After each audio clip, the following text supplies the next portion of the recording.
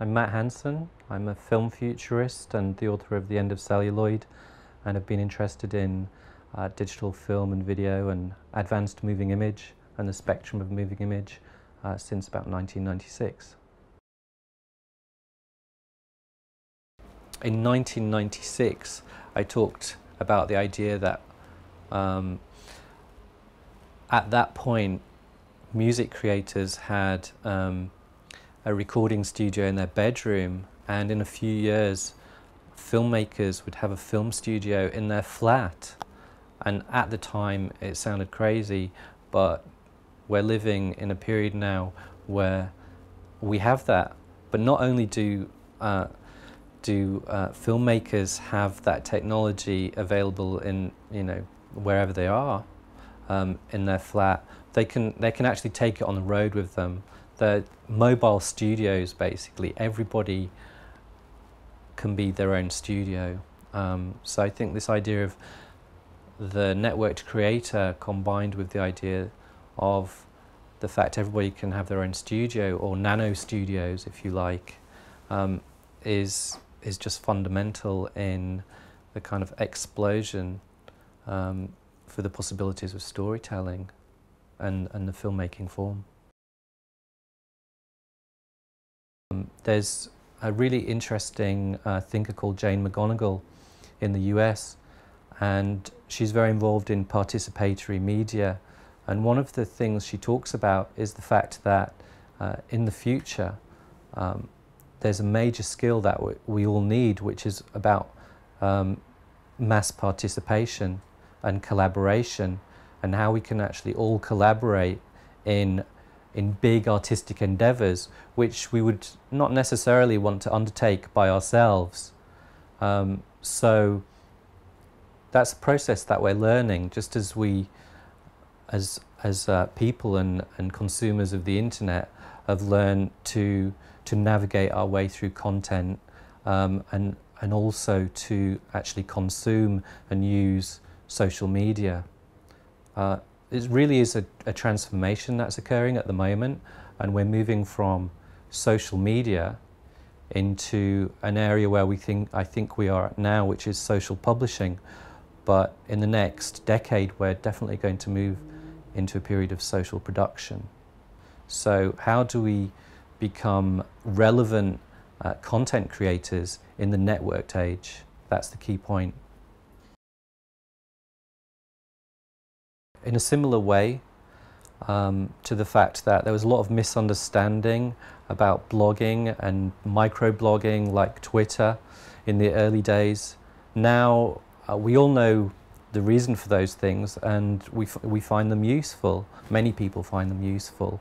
In a similar way, people say, well, why would I want to be involved in creating a film? I just want to sit down and view it. But my experience has been that actually people will jump at that opportunity.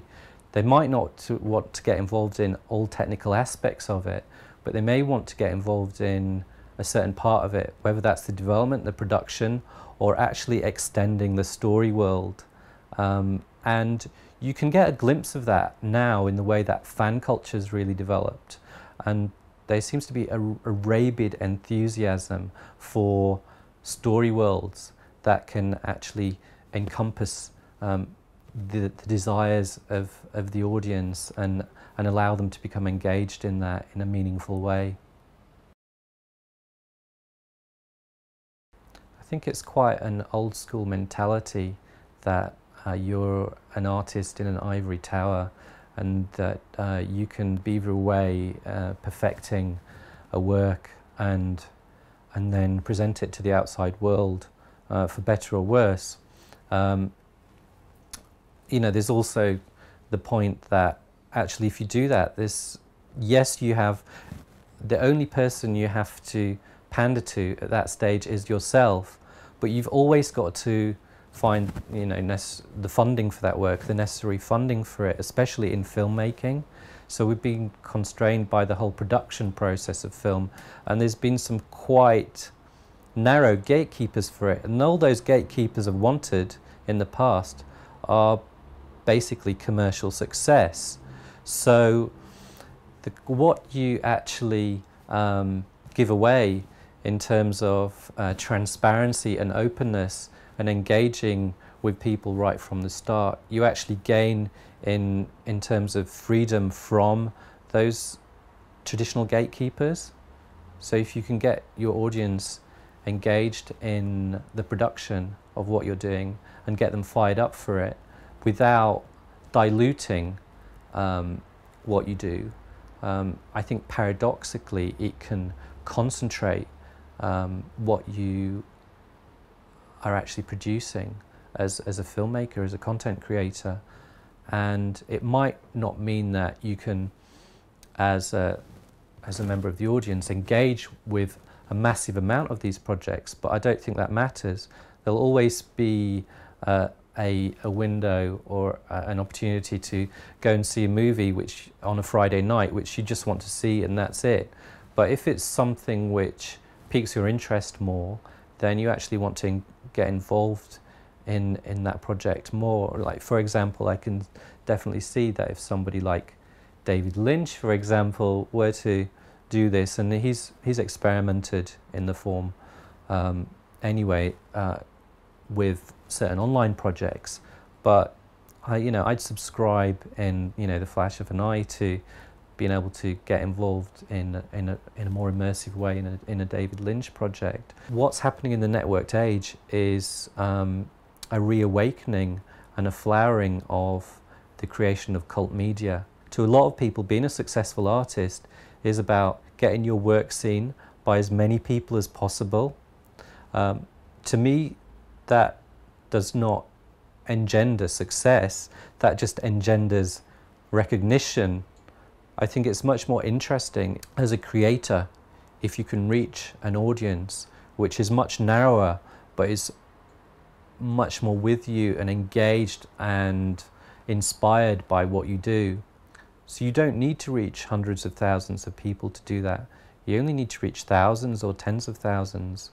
And if you can get them involved in the right way with your work, then they'll allow you to produce it, and it'll give you an audience and a living and also inspiration. I think these are the best times for film.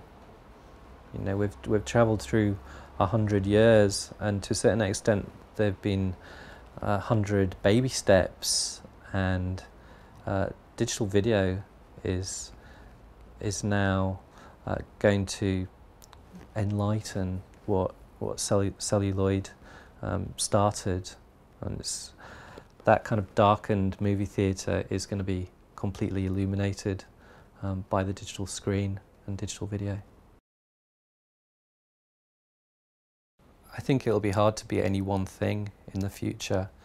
If you're a filmmaker, it's not necessarily about film itself as a medium, it's about what you want to do with that, what you want to communicate. So you have to fix on an anchor point, whether that's a cause, technology, or a particular way of telling fiction, or a particular story, then that's the way forward for you.